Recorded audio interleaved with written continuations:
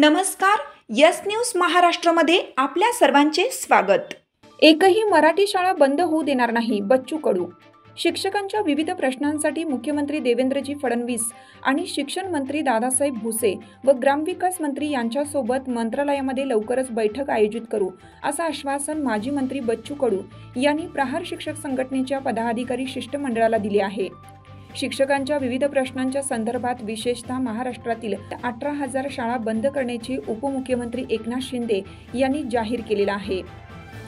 हे योग्य नसून शेतकऱ्यांच्या पोरांच्या हक्काच्या शाळा बंद होत असतील तर याला स्पष्ट विरोध करण्यात येईल. सांगली जिल्ह्यातील विस्ताराधिकारी पदोन्नत्यासह विविध प्रश्न रखडलेले आहेत. जिल्ह्यात शिक्षकांना शिकवण्याचं काम देण्याचे सोडून BLO काम शिक्षकांच्या माथी मारण्याचं चालू आहे.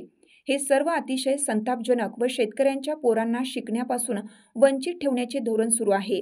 यासह विविध प्रश्नांच्या संदर्भात प्रहार शिक्षक संघटनेचे पदाधिकारी आणि मुख्यमंत्री व संबंधित मंत्री यांच्याबरोबर मंत्रालयामध्ये बैठक आयोजित करण्याचं आश्वासन बच्चू कडू यांनी दिलेलं आहे. यावेळी विविध प्रश्नांचे निवेदन बच्चू कडू यांना सांगली जिल्ह्याच्या वतीनं देण्यात आलं.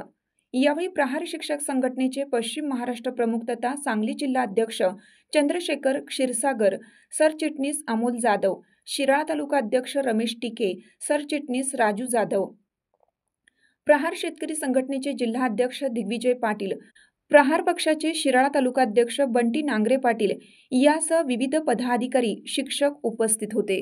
जनरल अपंग आहे ना, 5% तुरींना गाडी देतो. तुमची साथ आमची. यस न्यूज महाराष्ट्र चॅनलला लाईक करा व सबस्क्राईब करायला विसरू नका.